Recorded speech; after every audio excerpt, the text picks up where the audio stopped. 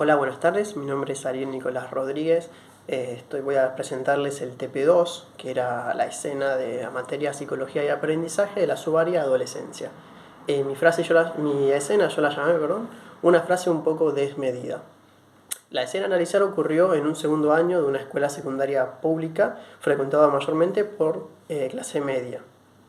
Veníamos de una clase de ESI y un compañero, vamos a llamárselo, entre comillas, le aburrían las clases de inglés y colgó un preservativo que nos lo habían dado en la clase anterior de ESI en el gancho del pizarrón. Y al lado del preservativo escribió una frase en letrita muy chiquita que decía: quizás a vos te sirva más que la otra. La profesora en un principio vio la evidencia, solamente vio el preservativo, no encontró un culpable y siguió con su presentación, porque era la primera clase que tenía con nosotros porque estaba cubriendo una suplencia justamente en inglés por maternidad. Después de eso se acercó, leyó la frase y quebró en llanto y salió del aula corriendo. En ese momento me acerco a leer la frase porque estaba muy chiquita y no entendíamos qué había pasado, y era porque por justamente el motivo de la frase, que era muy fuerte, que era quizás a vos te sirva más que a la otra.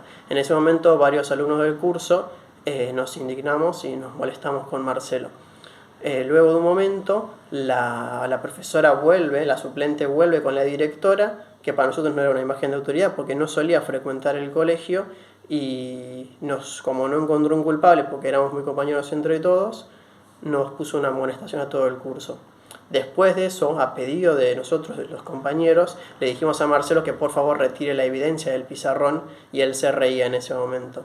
Después la suplente le dio las gracias amablemente, y después, a partir de esto, en las clases siguientes transcurrieron con normalidad y hasta trajo cosas nuevas que nosotros no estábamos acostumbrados a hacer, como traer un grabador, reproducir canciones y traducirlas, por ejemplo.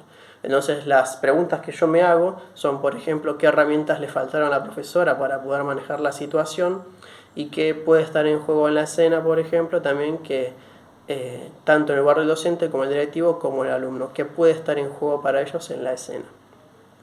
Ahora, iniciando un poco con el análisis, por ejemplo, el desinterés de Marcelo yo lo asocié con lo que con lo que habla Moyano en su libro.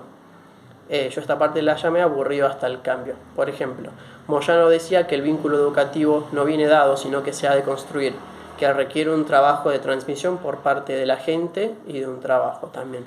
La transmisión del interés es muy importante por parte del sujeto, porque si no se logra con estímulo, el alumno tampoco se va a interesar en aprender y tampoco se va a interesar en los contenidos de la materia. Entonces los dos, tanto el profesor como el alumno en este caso, la titular sería, que se podría decir que le aburría a Marcelo, podrían tener la pantalla de ser agentes sin deseo de enseñar, como la profesora titular, y sujetos sin deseo de aprender, como podría ser Marcelo siendo alumno. Algo así se ve muy bien acá. Exactamente. Después de eso podemos pegar un salto al texto de Perla Selmanovich contra el desamparo. Yo también pude acá ver una relación, no refiriéndose, por ejemplo, al amparo o el desamparo de algún estudiante buscando ayuda o no en algún docente, sino justamente en el desamparo de la profesora suplente, teniendo que recurrir a un directivo por no poder mantener la situación bajo control en el momento en el que transcurrió la escena. Se podría ver como que no logró asumir una mayor responsabilidad con respecto al cuidado de niños y jóvenes. Al inicio de la escena igual parecía que lo lograba, más o menos, ¿no? Porque intentó ubicar a un culpable, frente a nuestra negativa desistió de hacerlo justamente, y siguió con su presentación de la asignatura. Yo creo que acá se vio muy fuerte el riesgo que se corre de que los adultos dejen a los alumnos expuestos a la crudeza de la crisis, pudiendo llegar en algún futuro a la criminalización. Por ejemplo, ¿no?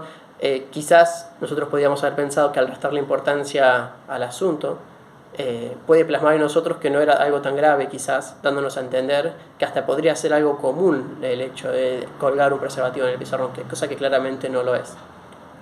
Después ella vio el mensaje escrito en el pizarrón, se vio frágil, se vio vulnerable, y ahí se notó claramente que hoy en día el adulto es más vulnerable que el niño. lo que finalmente logró que rebalse la situación, que rebalse la profesora y que se retire en busca de un directivo buscando el amparo que necesitaba, encontrándolo porque pudo traer a la directora. Y después, como para resaltar un poco más el análisis, también lo vi desde el texto de Brigioni, con el tema de los síntomas de la explosión fuera de lugar. Por ejemplo, yo acá lo que vi es la relación entre que Marcelo, en el momento en el que le piden que retire el preservativo y que borre la frase, él se empieza a reír. Él empieza a reírse. Esto lo podemos ver como el síntoma justamente de explosiones fuera de lugar. Si bien no lo estaban castigando en ese momento, aún así él se reía sin sentido. En este momento la profesora no se inmuta, por así decirlo, no le da mucha bolilla, por decirlo de alguna manera, sino que pareciera que está intentando mantener la dimensión de la situación, la dimensión del enigma. Porque ella capaz que estaba pensando que quizás justamente el hecho de esta broma lo utiliza como defensa de algo que ocurre en su vida y que claramente nosotros desconocemos.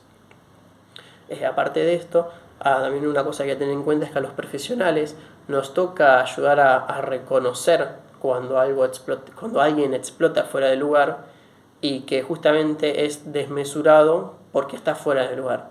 Entonces nosotros lo que tenemos que hacer en cierta forma es acompañarlo. Ahora, una cosa a tener en cuenta también es que la profesora, si bien no le dice nada en el momento en el que se ríe, cuando termina de limpiar la evidencia, le agradece por hacerlo. Entonces esto pareciera provocarle a Marcelo, por ejemplo, que es importante para alguien, que es visto y que es tenido en cuenta y logra implicar un reconocimiento, quizás confundiéndolo o no, pero yo creo que este hecho logra que después en las futuras clases tenga el respeto de la profesora y mutuamente, porque Marcelo no volvió a hacer más chistes, por ejemplo. Bueno, esta reacción de agradecimiento de la profesora también puede verse desde que tiene que mantener justamente un acompañamiento silencioso, como también dice Brigioni.